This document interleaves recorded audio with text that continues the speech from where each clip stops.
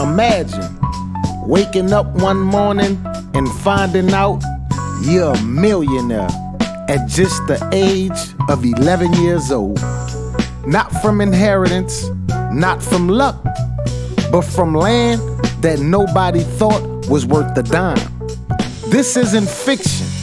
This is the real life story of Sarah Rector, a young foundational Black American girl from Oklahoma who, in the early 1900s, became one of the richest foundational Black American children in history.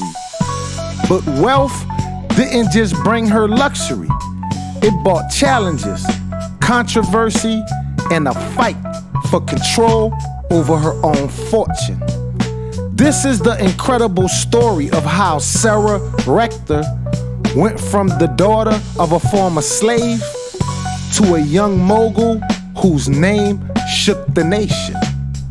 Sarah Rector was born on March 3rd, 1902 in Indiana Territory, now part of present-day Oklahoma. She was a descendant of enslaved people who had been owned by the Creek Nation. After the Civil War, the U.S. government forced Native American tribes that sided with the Confederacy to grant land allotments to their formerly enslaved people, known as the freedmen. Sarah's parents, Rose and Joseph Rector, was among those who received land.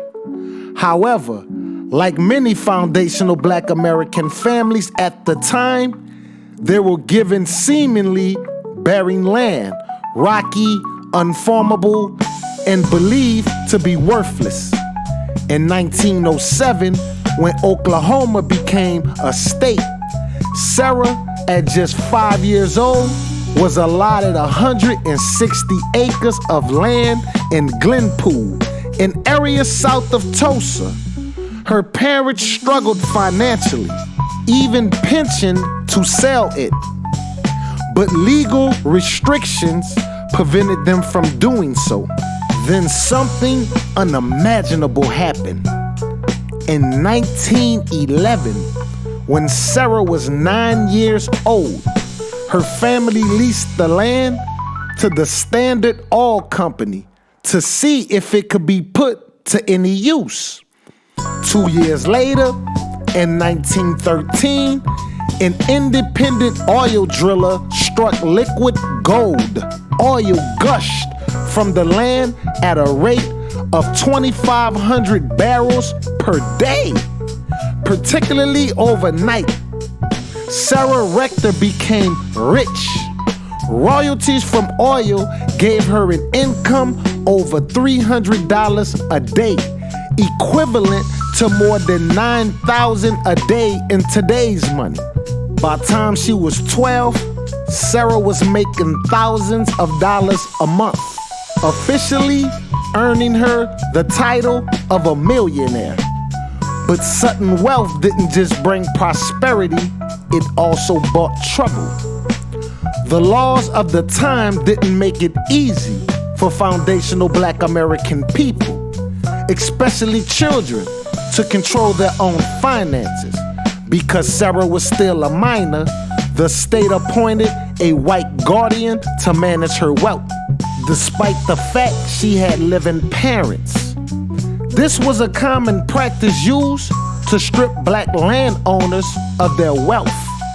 Reports surfaced that white businessmen and government officials were conspiring to take control of her fortune. Newspapers started calling her the richest colored girl in the world, drawing national attention. Suddenly, Sarah was bombarded with marriage proposals, even from men in Europe, despite being just a child. Concerned Black leaders, including Booker T. Washington, stepped in to ensure her wealth wasn't stolen or mismanaged. With legal intervention and careful management, Sarah's assets were protected, and she gained full control of her estate when she turned 21. As she grew older, Sarah Rector used her wealth wisely. She invested in real estate, businesses, and land, ensuring that her fortune continued to grow. She lived a life of luxury, owning a grand home in Kansas City that became known as the Rector Mansion. Despite her wealth, she remained deeply connected to the foundational Black American community and used her resources to support education and economic empowerment. She married Kenneth Campbell in 1920, and the couple had 3 children. Over the years, she kept a relatively private life, but remained financially stable, even through the Great Depression. She passed away in 1967, leaving behind a legacy of resilience, wealth building, and a powerful lesson in preservation. Sarah Rector's story isn't just about money. It's about the resilience of Black families who, despite the odds, managed to secure wealth and fight to keep it. It's about a young girl who, against the backdrop of segregation and systematic racism, held on to what was rightfully hers. Her journey is a testament to the importance of financial literacy, land ownership, and generational wealth in the foundational Black American community. Though history has tried to bury stories like hers, the legacy of Sarah Rector continues to inspire generations today. If you found her story fascinating, make sure you like and share, family, and subscribe for more hidden gems of foundational Black American history. The foundational Black American family love a foundational Black American ancestor, Sister Queen Sarah Rector. Peace, foundational Black American family, and I'ma catch y'all in the next one.